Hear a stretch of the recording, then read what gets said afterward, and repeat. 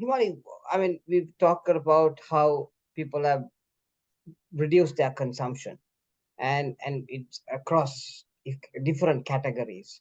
You were explaining how year on year there is a degrowth, somewhat lesser when it comes to the last quarter. But then, if you go to any of our restaurants, you can't get a seat to sit. The number of cars, even with the price increase in petrol, has not reduced. There are more restaurants coming in. There are more eating houses coming in. How does that? How would you read those trends? Yes. Now, this is a very interesting question, Rahanta, because what we need to understand is that this is why we need to come out of this silo, the cocoon, because when we go out there, we see it's all packed, but people have, obviously, when you look at their consumption very clearly, you can see they've cut down. Why are people migrating? Because once you pay that, your doubling of the taxes and your loans and the cars and all, you're left with just little. But when you go out there, you see it's all packed. But remember, you and I, let's not go too far away. You and I used to go out once a week or once in 2 weeks out to a restaurant. Now we are maybe going out once a month. But once you go out there, you see that once a month, once you're frequenting, because it's not that regularity clearly has come down. But when you see this, you feel, oh, but that is why it's so important. If you take this 9 or 10%, it is the same group of people that you see in a 5-star hotel or in that vehicle or in that restaurant. When you move out, when you see the tension and the difficulties our larger groups are having, even among our higher groups, obviously there is a cut down. So, but that is what we see. That is why it's so important that you need to dig deep. And if you go and ask one, those are thought, it's not qualitatively. That's why you need to validate with numbers. Have you reduced or have you increased your frequenting a place? No, no one will say no. So that's why sometimes that sort of that can be deceiving, because you only see the tip of the iceberg. You really don't see what's really happening. So please do understand there is a pressure across the board, and the group that you see, you may have, having said that, may see the Gen Zs or the Gen Ys, because now they are coming to the workforce, they are earning, and their responsibilities still lie with the parents, so they have quite a bit of disposable income. So when you look at these people also, you have to see, now who are these people? The ones who can afford to do that, there will be, but then in general, if you take a population, no, they are all, you have to be, that is why we see smartness. Don't get deceived by that, because people are going through tough times and they are cutting down. It's not the same people or the group that you will always see.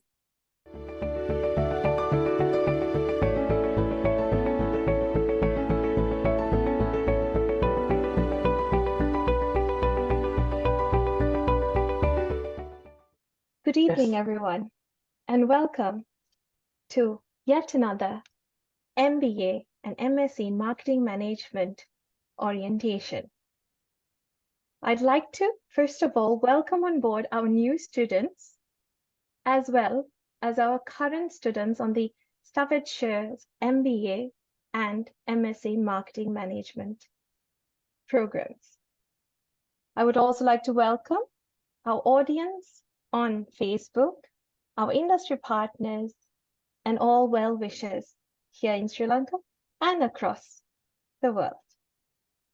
So, just a quick note before we start, I'd like to inform all the new students that your academic orientations will be conducted via the Teams platform, and 15 minutes after this webinar session, please do join in through Teams to continue your orientation program where Ms. Nirusha will be conducting.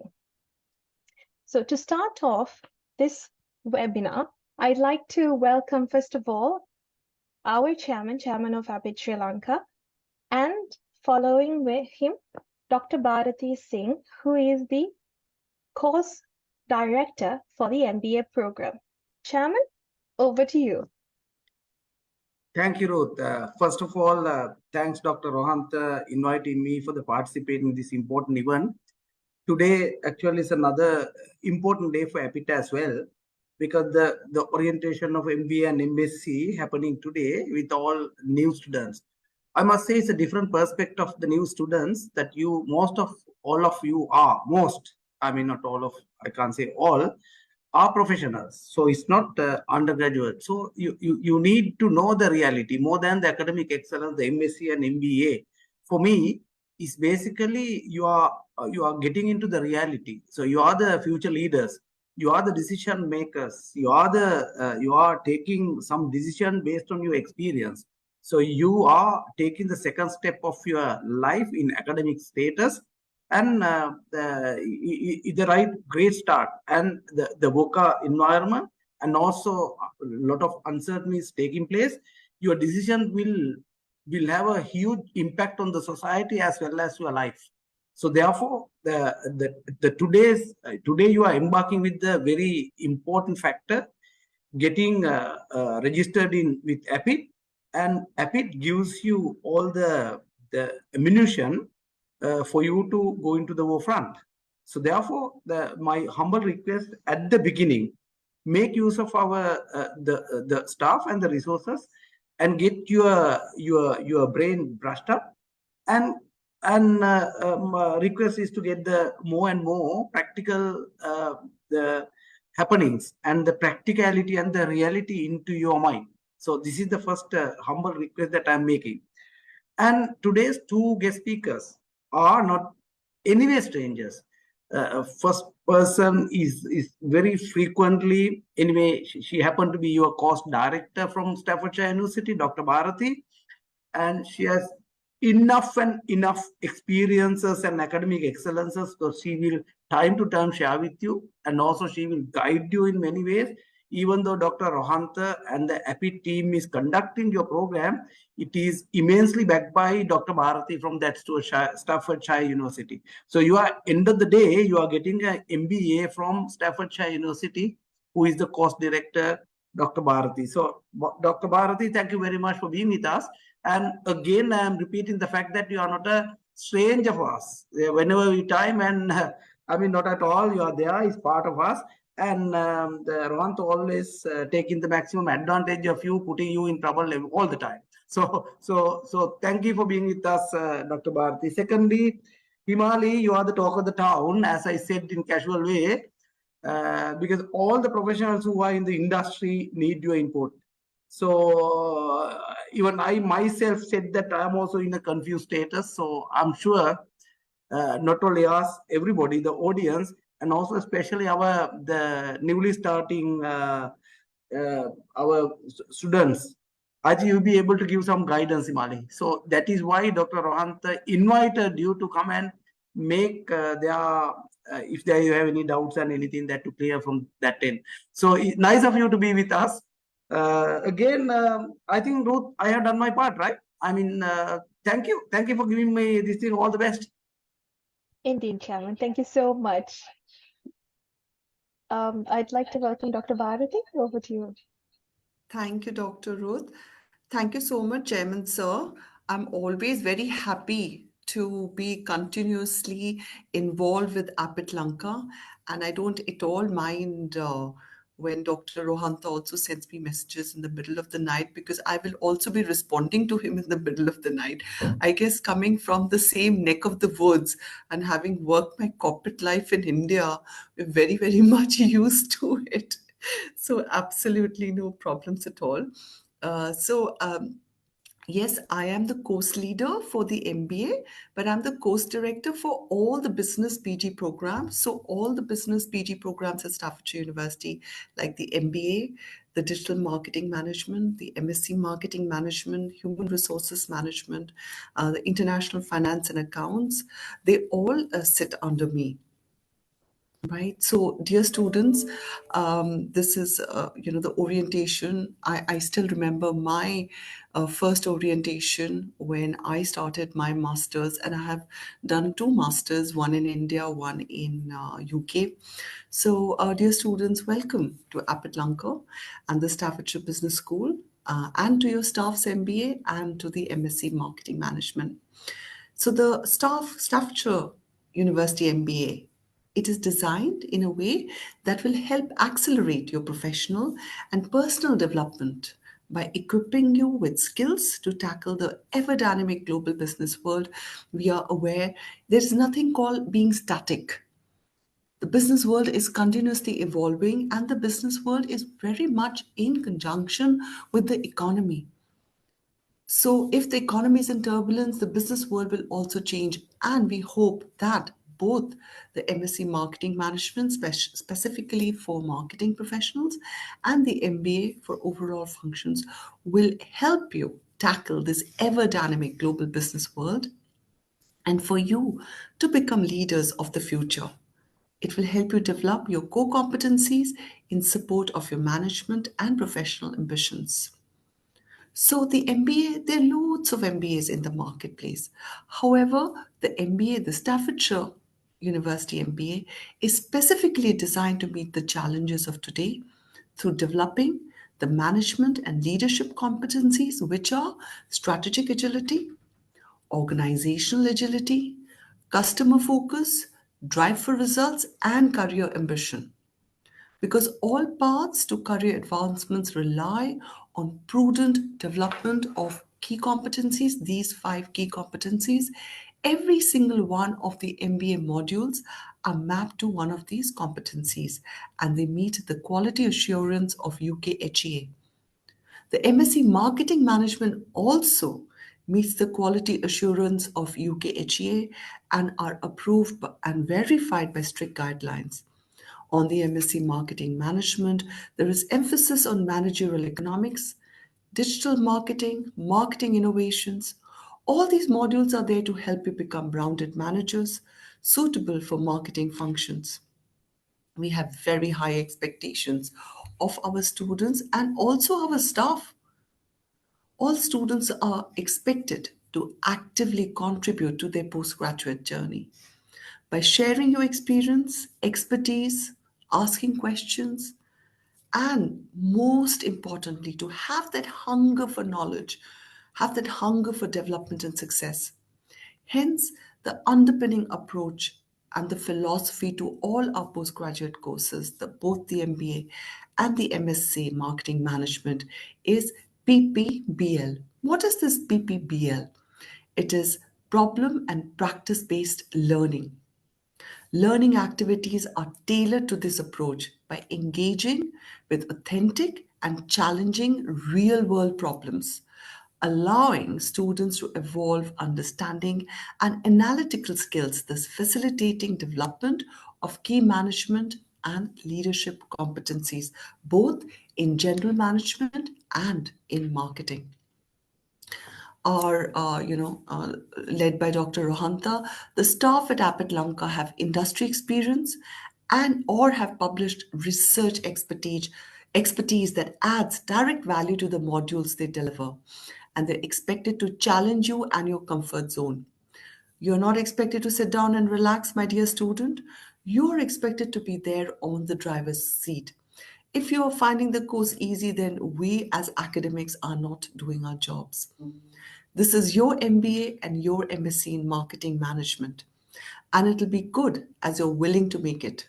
Together, we are co-producers of these courses. Be prepared for a challenge as the pace will be fast and the expectations high. As I've already stated, all the programs are delivered through PPBL, that is Problem Practice Based Learning, where real and live organizational issues, challenges, and problems are discussed in search of solutions. In this way, we seek to prepare you for a more onerous management and leadership challenges and whatever comes next in your career.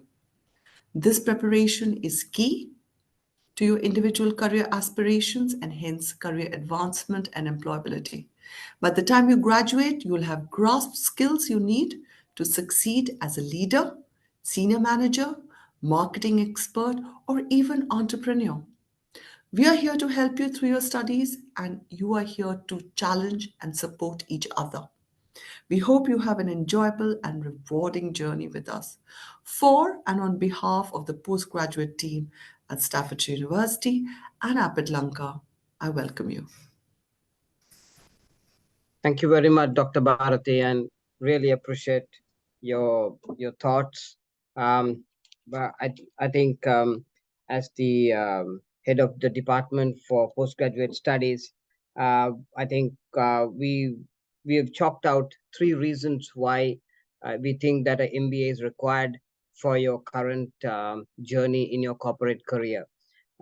So first of all, thank you very much for selecting the Asia Pacific Institute of Technology, APIT, for your course of study.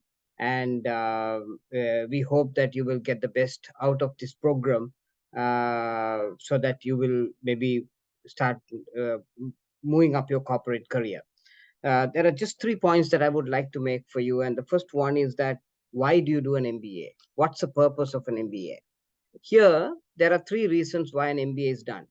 And a lot of people tend to forget this. Everybody thinks that MBA is about passing exams, which is not true. Maybe at the undergraduate level, passing the exam was the most fundamental thing. But here, the first thing you do is because you want to learn some contemporary skills. And just like what Dr. Bharati was saying, you'll be learning some of the most contemporary skills around the world through problem and solution-based practice. And that's how you are going to get equipped with a new skill set, which is important for your future career. The second one that is required is that you will have to learn to balance so many challenges. You have your family, you have your gym or your health routines, you have responsibilities in society because you all are very senior people in the corporate world. And then you also have now studies coming in to this whole basket of things which you do. And you have to make sure that you balance each of them so that it will not fall off your basket. So to do that is another skill that you will have to learn. And it's a very important skill because right now you're very comfortable with the job you do and the kinds of responsibilities you have. And when you start asking yourself to study and do assignments and sometimes exams, it becomes a little bit tough. And you sometimes say, why did I start this? But that is exactly the training that you need to go through. The third most important thing why you do an MBA is time management. You might suddenly find that you can't do everything at 100%. So you might say, I'll balance all my responsibilities and maybe at 70%, 80%, I will be able to salvage myself to keep myself alive. So that is because you have to do things on time.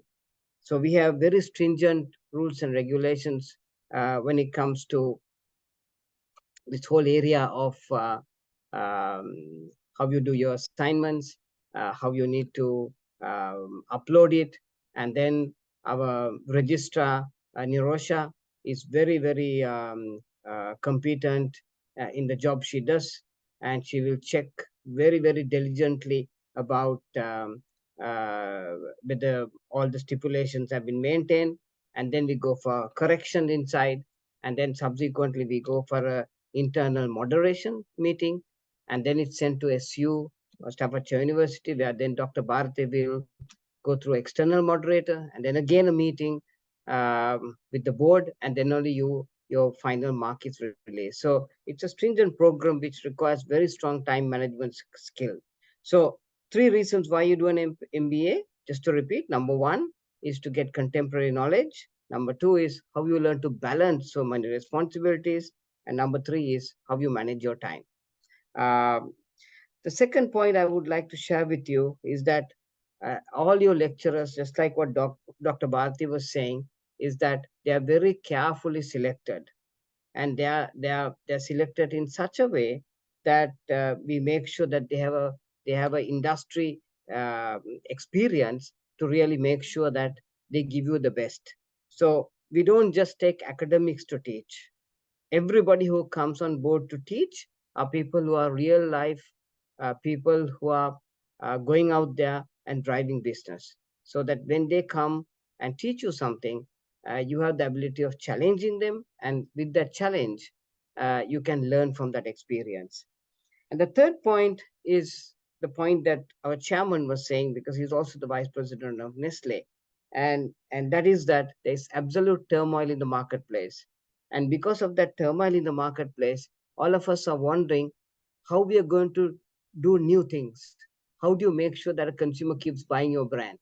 How do you make sure that your brand is relevant in people's lives when you are challenged with regard to your income? You know that almost 60-70% of your income is spent on your utility prices, which actually our guest speaker is going to talk about the changing dynamics of purchasing. So she would give you a fantastic view, which I will actually introduce you subsequently. But what's important for us to understand is that when there is so much of turmoil in the marketplace, it forces us to think, go back to our basics, and then see how we are going to come out with new things, innovative things, to keep our consumer alive. And to do that is what demands this third reason as to why it's important for us to study right now in Sri Lanka. So those are the 3 points why you do an MBA. Number 2 is your lecturing faculty, and number 3 happens to be this whole concept of why you need to a master's in Sri Lanka now. So thank you very much, and let me hand over to Ruth, who will then tell us what the proceedings are.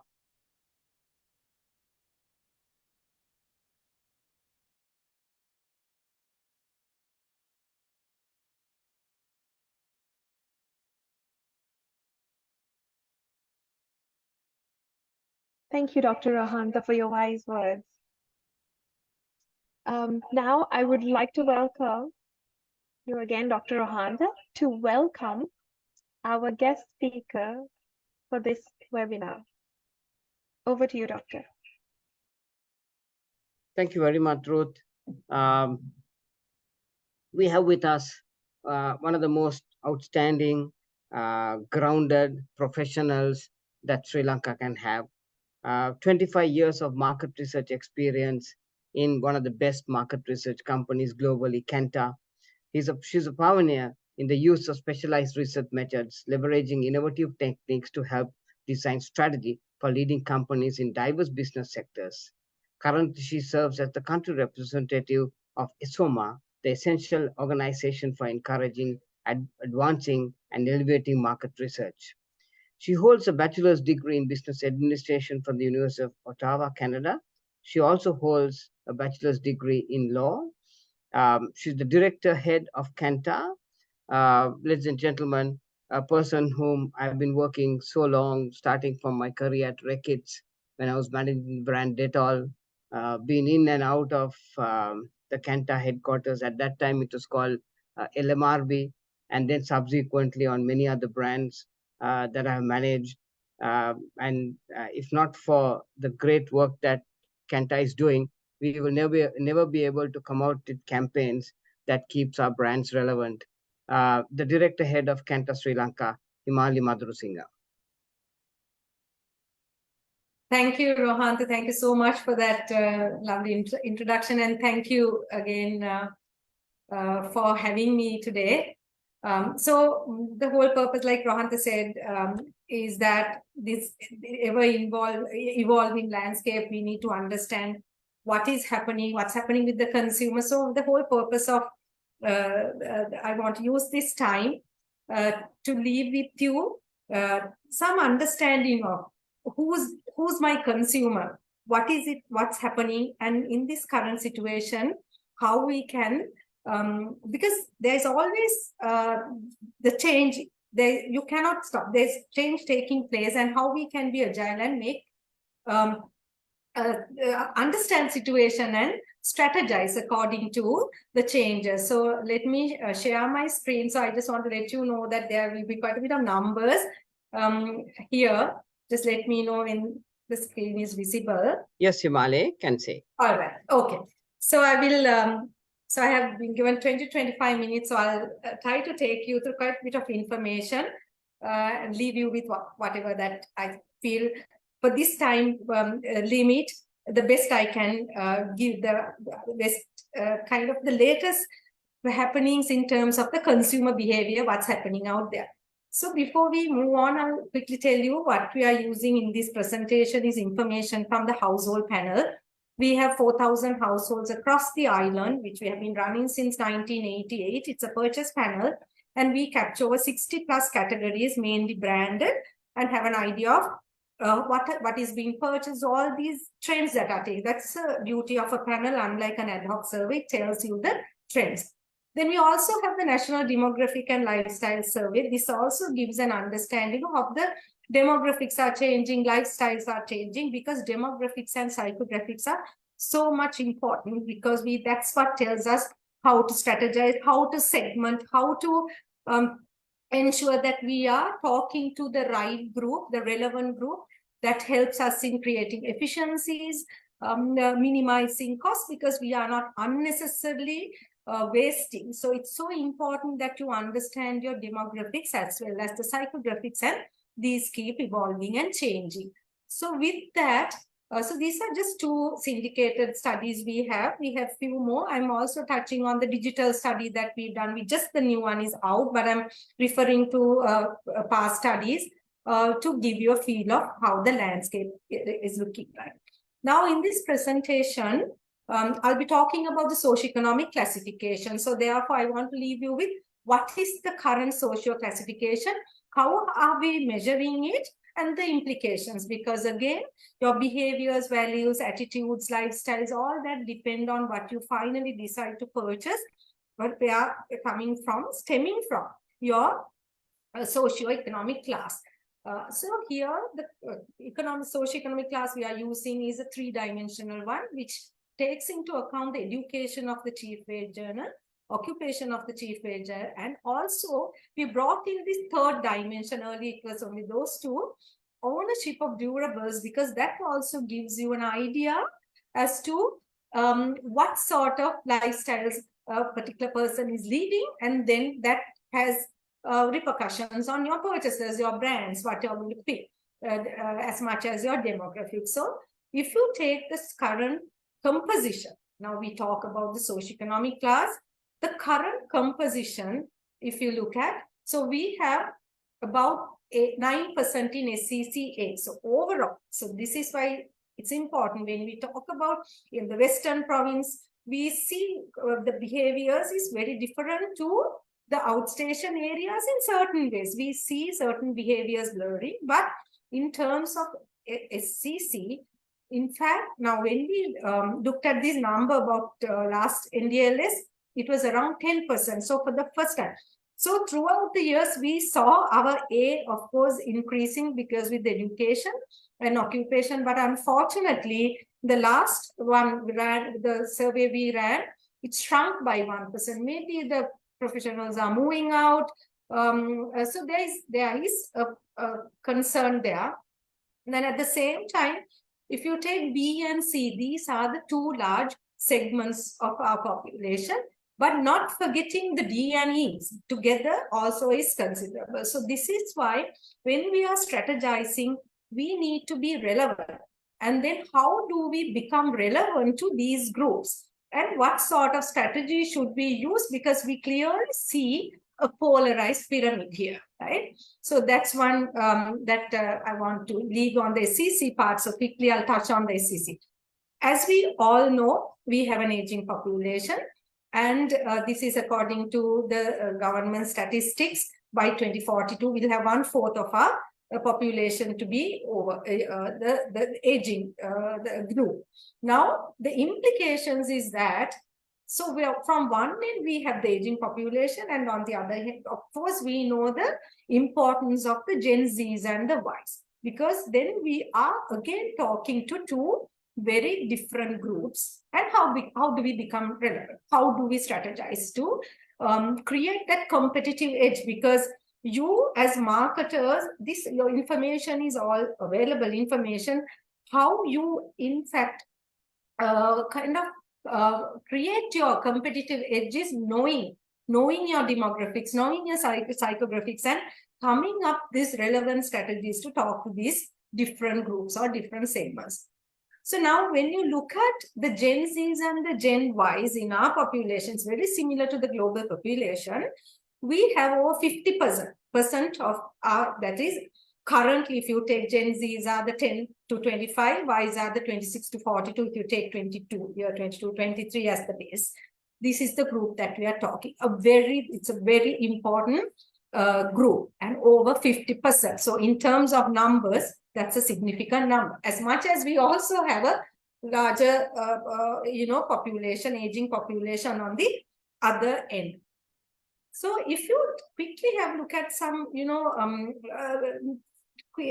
slides I have on Gen Zs, actually they're very influential. Even not in, we do know in certain, like from the technology, electronics to other durables, they have an influence, but even for FMCG brands, they are quite influential in what they have a quite, in terms of decision making, you can see these numbers, but they are into joint decision making and they influence, and they are actually, if you look at households, you can clearly see in this consumption panel, the brands that go into, or categories that go into Gen Z households where Gen Zs are present, is quite different to an ordinary household, because you see some categories that we usually call essential or non-essential. I'll come to that.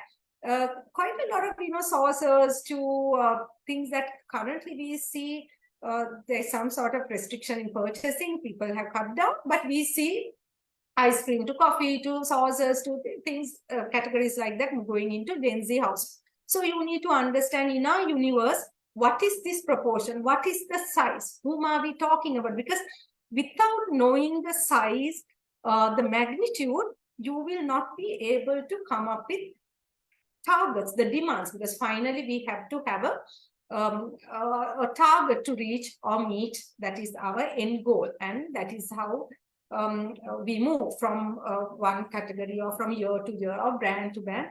We have to have some idea on the universe and whom are we talking and what is their per capita consumption, things like that. So again, so if you take the monthly personal income, in fact, they are not too far away from Gen Ys also. So they are now coming into their starting income is just 10% less than the Gen Ys, and already they are coming into the labor force, workforce, and having an impact. Now, this is very, very important, because most of the time when we as marketers meet up, while our medium of language, mostly we speak in English, but please do understand, when it comes to not just Gen Z in our country in general, the language, English is spoken less regularly, because comfortable is less than 10%. And that even drops if you go and ask at home, what is the language you always speak, that even drops to less than 5% English. Because what I'm talking about this language part is, we see in the current situation, that there is a lot of brands that are, the equity is actually driven by being meaningful, being relevant. And it's very important that the language that you speak to touches their heart, because there's so much of, especially with the current situation, people need that brands that understand them, brands that are meaningful to them. And your mother tongue is obviously how you can reach and really speak to these people and be relevant. So just want to leave that also. So Tamil and Sinhala and Tamil are mainly spoken, understood, and read languages, as you can see, even among Gen Zs. Now, this we all know. Again, just to give you an idea on the numbers, media migration is leading. It's to fragmentation. But having said that, TV viewership is still there. It has dropped. This is last numbers we have is 22. One could be due to there was power cuts and all at that time, but still the viewing, the young ones may not be in front of a TV, They may be watching on YouTube, but still the TV viewership happens to a certain extent. But you can clearly see how the digital is picking up, the readership is coming down, listenership to the radio is coming down, that they may be listening or reading on the net. Now, this is again, we do know for Gen Z, digital is the best medium to tap them, but just to keep in mind that how we balance digital and traditional channel, because a good proportion watch TV also. Now that is on the Gen Z side. So I'll quickly move to other demographic changes that we are seeing, because these are very relevant to the marketers. Now we see women, especially with the current economic situation. So there are women who's now coming to the work because one person's salary is not enough to meet this current the economic situation. So now these are the occupation groups that we use in our classification. So this pink bar, where you can see over in the last, the 18 to 22, 5 years, where everywhere you see women appearing. The housewife number has come down, and everywhere we saw this.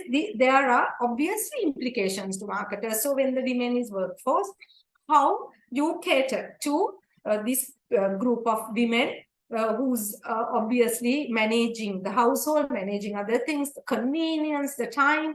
There are so many implications that, so this is a trend that we see, and with the current situation, this might even increase. Having said that, women are as active as men on the net. As expected, the upper SEC segments naturally have a high penetration. But then you can see even in the middle SECs how the usage, internet usage is increasing among women. And this is not only confined to urban, it is similar across both urban and rural. Now, if you take our population in terms of size, the latest classification we are using is Kantar at the time, LMRV with the Urban Development Authority. We classified urban and rural because it's very important when you project value weight data to understand what these sizes are. But this was done way back in 2003. So it's we feel now, so according to that classification, urban is 36, rural is 64. However, we know that with the urban sprawl, urban must be nearing at least 45% to around that range. Institute of Policy Studies, I read an article, had done work around that. But for these, so currently the weightage we are using in 36 to 64. So again, the urban to rural, there are behavioral changes while we see digital is blurring these boundaries. But it's very important that we understand the homogeneity, because we know urban is very much heterogeneous and rural is homogeneous, and what are these behavioral changes that's happening. But male, female, if you look at access to the digital is similar. So digital is obviously allowing great access and the boundaries are blurred. Now, before coming, so that's a little bit on the demographic trends and what digital is, how is creating waves and allowing access to people. We do know that e-commerce is on the rise. So there are a lot of changes that's happening, and there are people, especially among these young people, up until about 35 to 40, they're very active on digital, and we see after that the whole digital behavior keeps coming down, but that is a group that's really active on digital. Now, before coming to the consumption numbers, what's really happening, that is the core of this presentation. What is happening? How are we growing? Where are we heading with the current situation? I'll quickly give you an idea of what is happening to the purchasing power or the disposable income. Now, this is according to the government statistics. We do all know that there is a decline in the purchasing power because obviously with the devaluation of the rupee, and also at the same time now, this information that I'm showing you now is from our National Demographic and Lifestyle Survey. When we go ask, people don't really reveal their true income, but we can get some idea as to what is happening.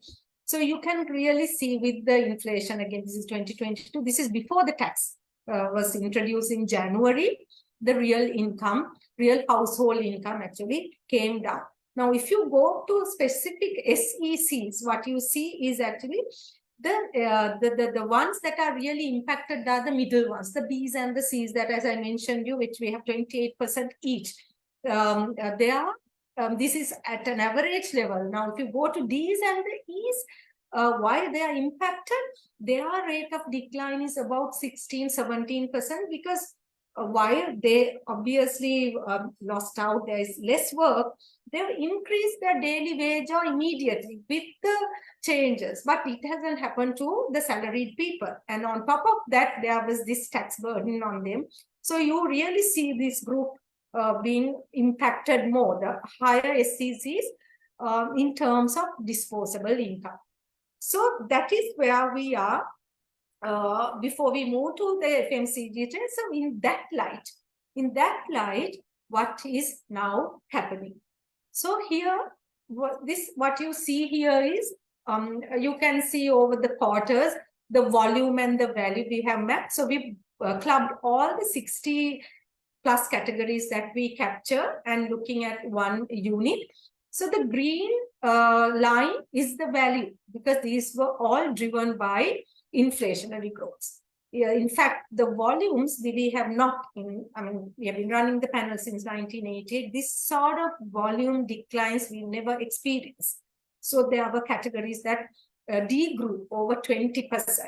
And if you take on the right-hand side, just to give you an idea what it says is, if you go back to January 21, what was the absolute volume-wise? We're talking about 61,000 metric tons.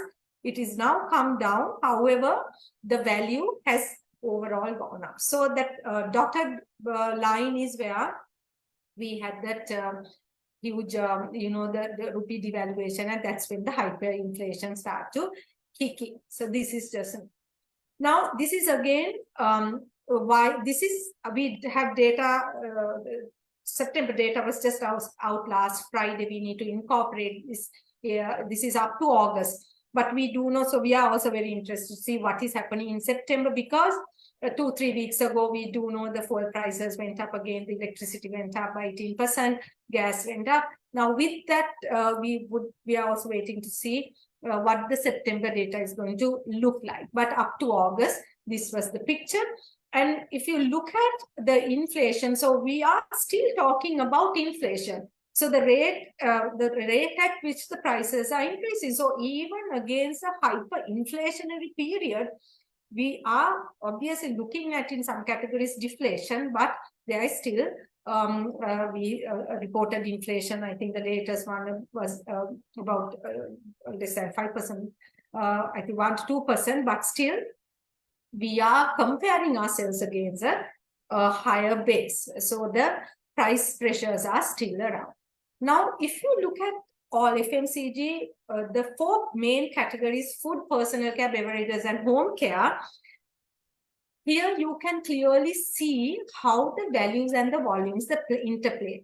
And in personal and home care, you can see how the value increases happen. Now we see, now this is where some brands, not all brands, went. So you always say you can command the premium because you have an equity, but it is so important to know what is the threshold.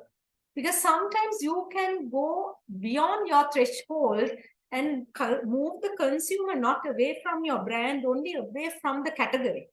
Because that is the kind of situation we are in now, the consumers.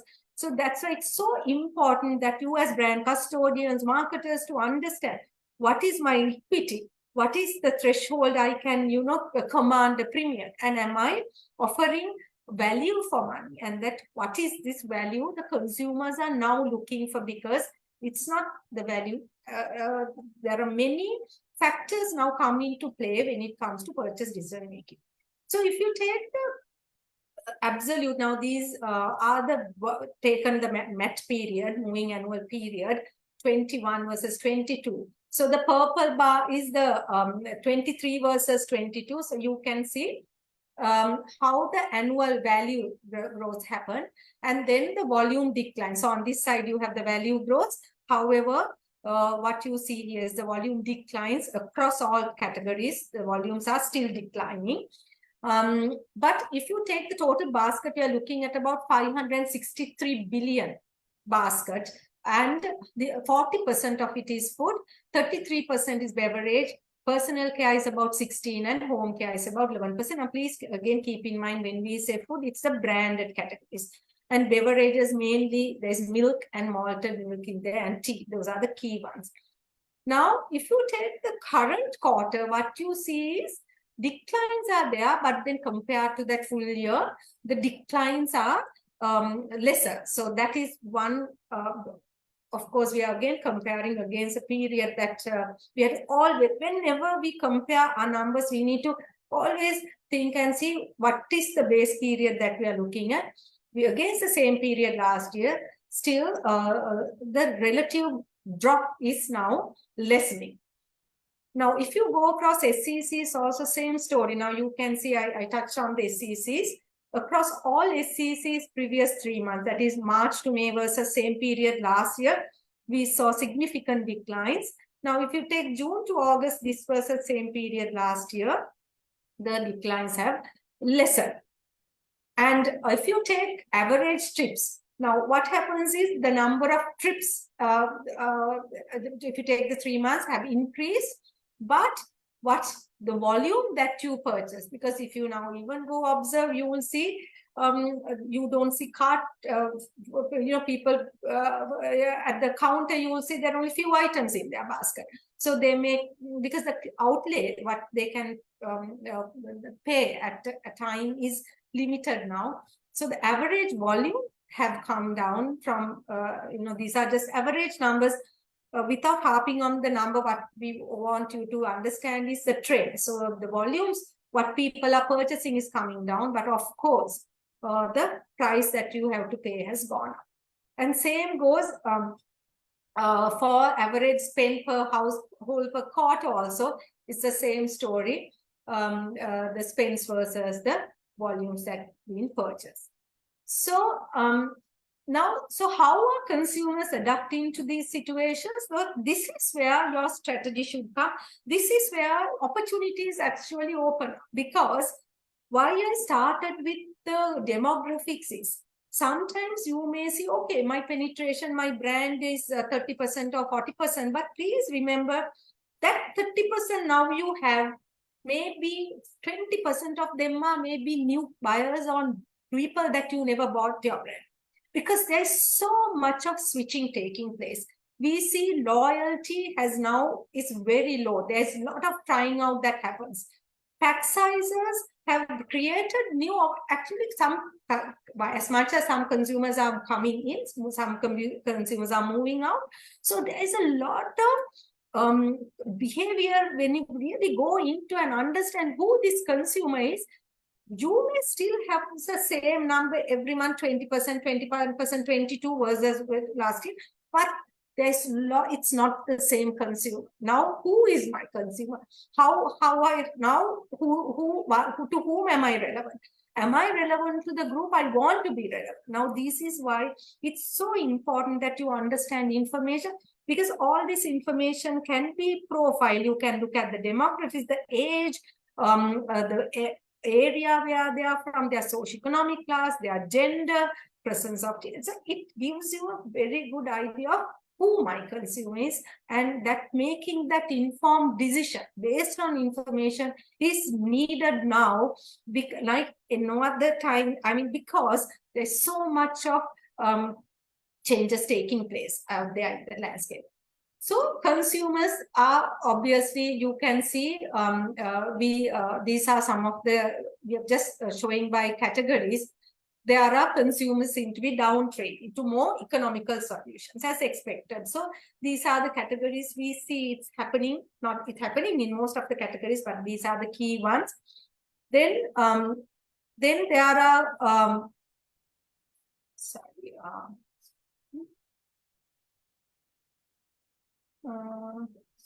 stuck here. Okay, so affordable smaller brands gaining momentum across many categories.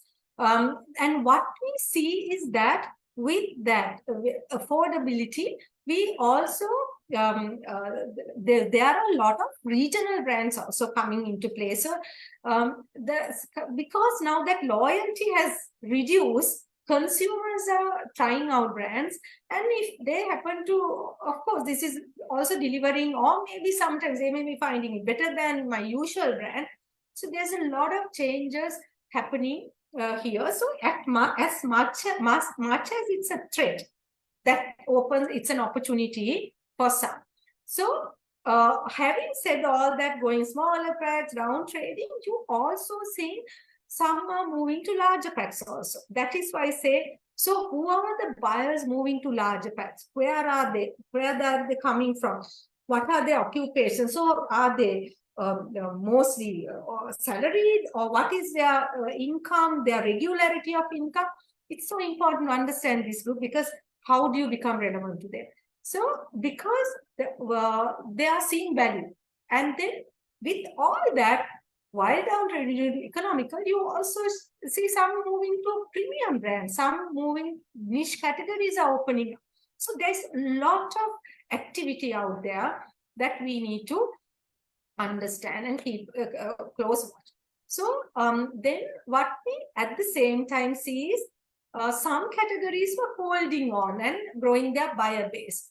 So usually what we see, the not so essentials are taken off the basket and people stick to the essentials. But while that is happening, we see coffee, liquid milk, sauces, as I mentioned, chocolates.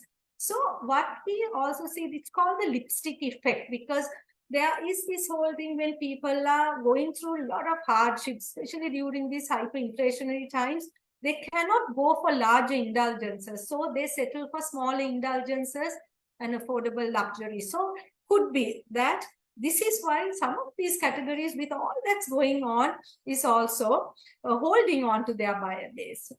So what we see is value is being redefined, because what is value then is not value to people. It's when you say value, value for money, Milata Sarilana Vatinakama, but that Vatinakama has taken a different meaning because of these other economics and other pressures that a consumer is going through. And essential, what was essential now may not be an essential anymore. What was so there is, it is essential has a new meaning now, because people are rationalizing, cutting down, and only as you saw how the disposable income has come down, how people are coping up and managing. So again, this is another interesting finding. Now, purchasers at modern trade, we know there are lots of promotions being run. So if you take 21 to now, at one point we saw semi-wholesale increasing, but we now see modern trade is also picking up. So the consumers are getting the best deal from wherever that they can avail that offers. So we see purchases happening. And if you look at the modern trade consumers, in 2020 we had 2 million households. Now we have 2.6 million households. So the number has also increased. And again, the impact on the modern trade. Now, if you look at the average purchases per household across channels, we see modern trade also has come down, but not to the extent of semi-wholesale or the grocery. And same goes with, but if you look at the spends, again, the modern trade obviously has gained, but in terms of volume, you see they're not so impacted. Now, so this is my last couple of slides. Now, we see all this happening. We do know that our agriculture sector was really impacted with the decisions that were taken. The policy decisions really impacted our farmer. Now, and then the construction. Now, these are the two sectors that were severely impacted because of the current crisis. So together, we have about 4.4 million. So 2.2 million in our workforce actually, which is about 8 million in these sectors. So you can imagine the kind of impact. Why the reason for this, because this is the group that obviously, apart from all of us, I'm sure everyone, no one was spared on your disposable income, but this group was really impacted. But now if you take the latest quarter, we see agriculture is now showing some positive signs. So, and also, as I mentioned to you earlier, rural is, in terms of population, 36, urban is 36, rural is 64. And if you look at the contribution, obviously there's per capita high consumption in urban. So urban used to give about 36-48 to whatever, rural used to contribute at 58%. But this latest quarter, we see a rural contribution has now gone to 60%. So there is, the urban-rural, if you look at the split, so you can see some sort of a reduction is less in the degrowth in rural. So therefore, we do know that hopefully this agriculture, if the weather gods are favorable, we don't either have floods or the droughts. And if that is revived, because directly or indirectly, now this says 2.2, now if you take the overall population, about 29% is directly or indirectly involved with agriculture, though it gives us all in all less than 8% of the GDP. That number, the people, the size is huge. So we see remittances picking up. We see the tourist arrivals coming. So these are some, positive signs. So we hope that with this rural picking up, all that, there will be promising opportunities for businesses, because not everything there's, doom and gloom across. But having said that, it is so important that we have our policies also in place in terms of, increasing the disposable income, because if that is not balanced, it's not an easy act. You have to satisfy so many these metro, I guess whatever we see is, you can see some positive results. But in terms of the taxes, in terms of minimum wage, because the last minimum wage was revised before the hyperinflation. So these needs to be looked at. Inflation needs to be obviously managed. So there are many things from the policy end also that needs to be obviously put in place. But all in all, let's hope that this whole momentum continues, and we come out of, at least we move to that positive growth. It's still, we are declining, but that lessens and we'll move to a positive growth. But with all that, there is still a lot of responsibility, as Ms. Madurusinghe, a lot of responsibility that lies with us as marketers, as brand custodians, to ensure that we become meaningful to our people, we deliver that's best to cope up with this situation, and we are all in it together, and we come out, but without eroding our equity. While short-term policies are important strategies that we manage, both short-term, long-term strategies, but to do all that, you need to have information to make those informed decisions. So I hope with that time, this is what I wanted to leave you with, some changes on the demographic part and the current consumption trend. So thank you. Thanks, everyone. Thank you, Doctor. Thank you very much, Himalee. It was a fantastic oration, I would say. A few questions have come up. Is it okay if I ask? Sure. The first question is that we see that a smart consumer kind of emerging in Sri Lanka, Himalee. Like, for instance, we have this whole concept of where, people are more concerned about their overall, where do they go and shop? How do they look at the guarantees and warranties? They want to be more conscious about reading that fine print before they sign up for something.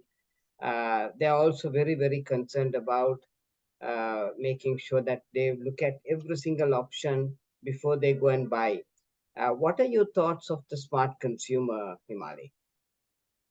Yeah, so definitely, Rohan. Now, this is why it's so important. This smart consumer is across, the island, and different social group, economic, people behave differently.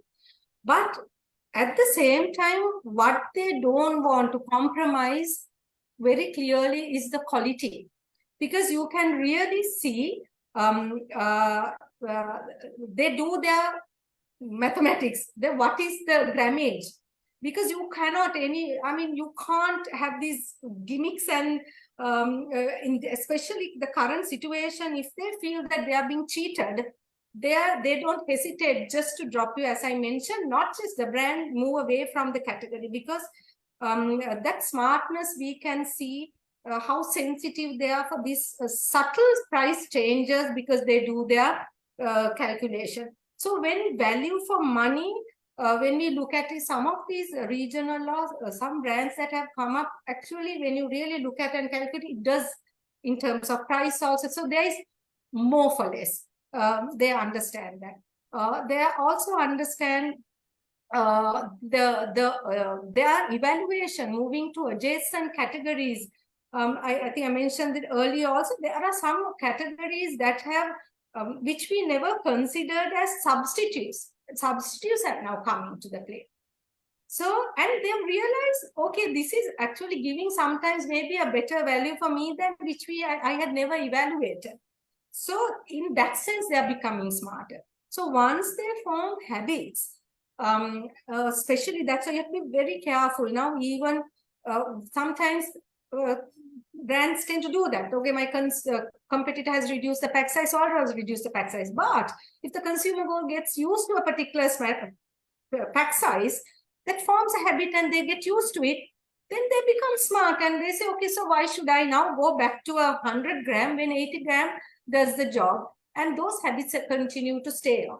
So that smartness comes in many ways, and our consumer. And do not forget the economic power of the woman also. Now this 500 billion basket is controlled by the woman. Yeah, and they are the ones under so much of pressure, because earlier I used to get 10,000 in our group discussions. They say, my husband asked me, what have you done with the money? Because they don't understand. Once I buy my packet of milk, I'm just left with, earlier I paid 380 rupees for my 10,000. Now I pay 1,200 and I'm left with all rest too, because milk powder decides what other categories I am going to spend or buy. So that is why it's so important. We may handling one brand, but it's important to understand the price and the sensitivity of the consumers towards other categories and other brands, because that somebody taking a price up in milk powder has an impact on your brand, whether you're a toothpaste or a washing powder or whatever, because that is the root cause for the cut down. You may be having all the strategies in place. So this is why you need to understand that holistic, the picture.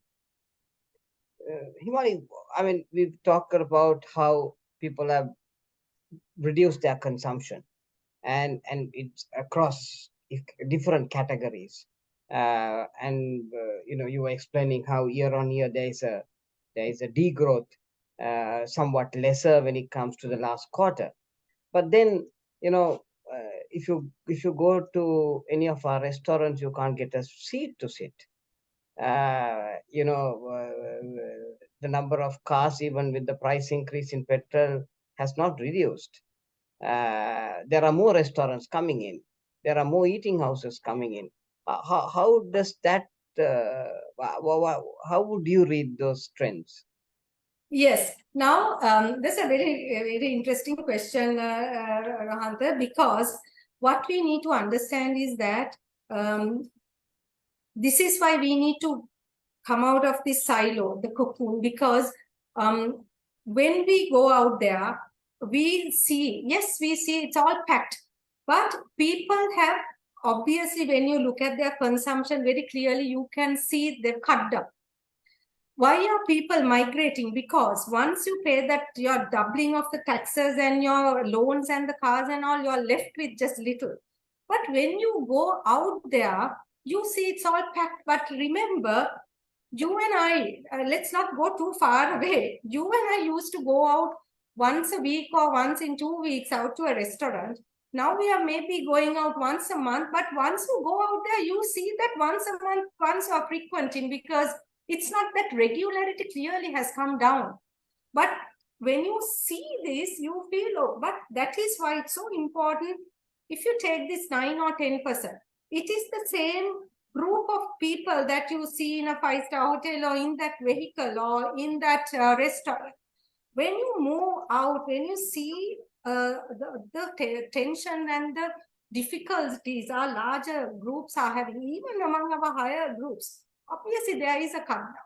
So, but that is what we see. That is why it's so important that you need to dig deep. And if you go and ask one, those are thought, it's not qualitatively, that's why you need to validate with numbers. Have you reduced or have you increased your frequenting a place? No, no one will say no. So that's why sometimes that sort of that can be deceiving, because you only see the tip of the iceberg. You really don't see what's really happening. So please do understand there is a pressure across the board, and the group that you see, you may have, having said that, may see the Gen Zs or the Gen Ys, because now they are coming to the workforce, they are earning, and their responsibilities still lie with the parents, so they have quite a bit of disposable income. So when you look at these people also, you have to see, now who are these people? The ones who can afford to do that, there will be, but then in general, if you take a population, no, they are all, you have to be, that is why we see smartness. Don't get deceived by that, because people are going through tough times and they are cutting down. It's not the same people or the group that you will always see. Himalee, last question. I hope you're going to take this question. You always, yeah, tell me, Rohan. The question is that about 20 years of age, that is 20, you're talking about Gen Z. Yeah. I'm taking 20 to 24 years is about 3.6%. And Gen Y is about 29%, which means it's 29 plus 4 is about 33%. Now, this is Gen Z, Gen Y. And you're saying that their behavior is very, very different. The way they look at things is different. Yeah. How they get exposed to media. So are we going to see some drastic change in the behavior in the election year 2024?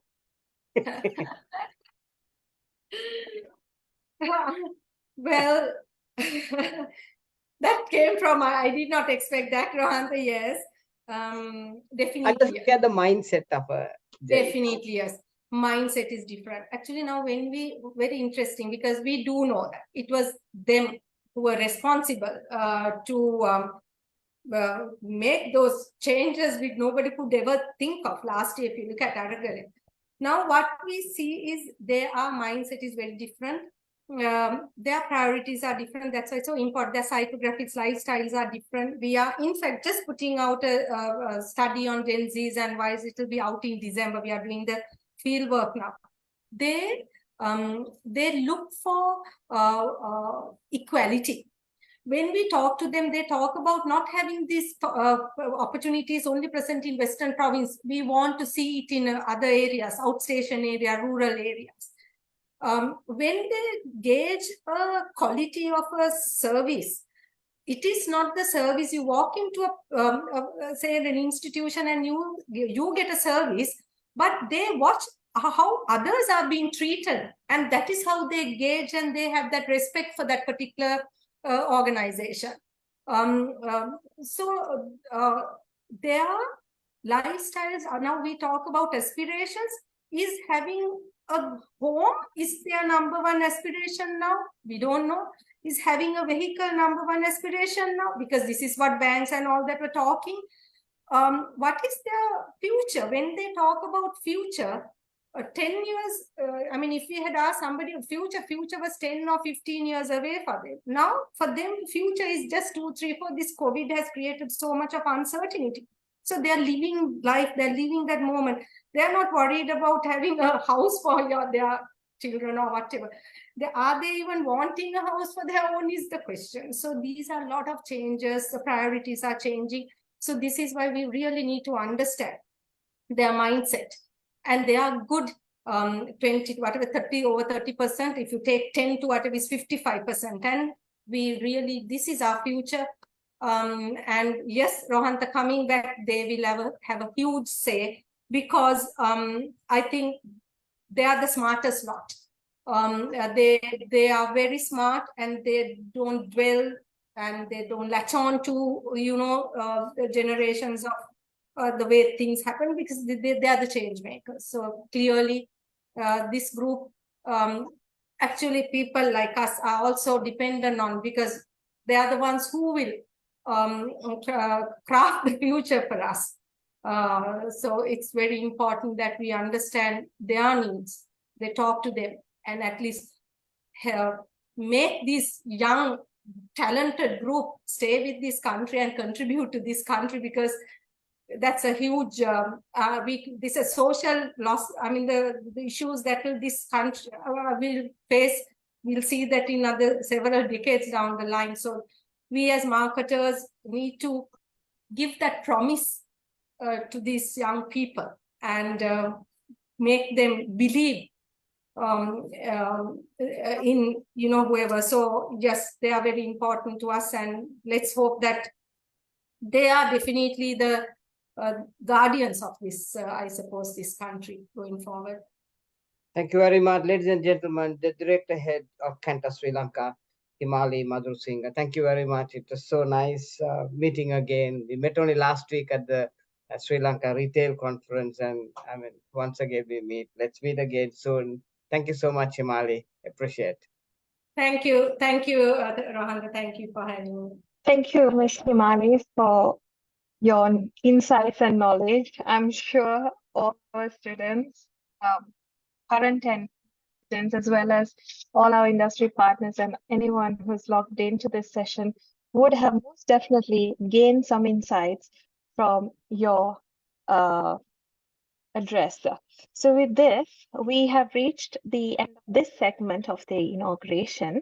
And I would, before we close, like to remind all the students that after 15 minutes break, do join into your Teams link that would have already been sent to your emails for the remaining of your inauguration session. And with this, ladies and gentlemen, dear viewers, allow me to thank our IT team for the technical support extended, all our students, current and new, our audience on Facebook, and anyone who's logged in, all our well-wishers both in Sri Lanka and abroad. Thank you for joining in. Until another webinar session, take care.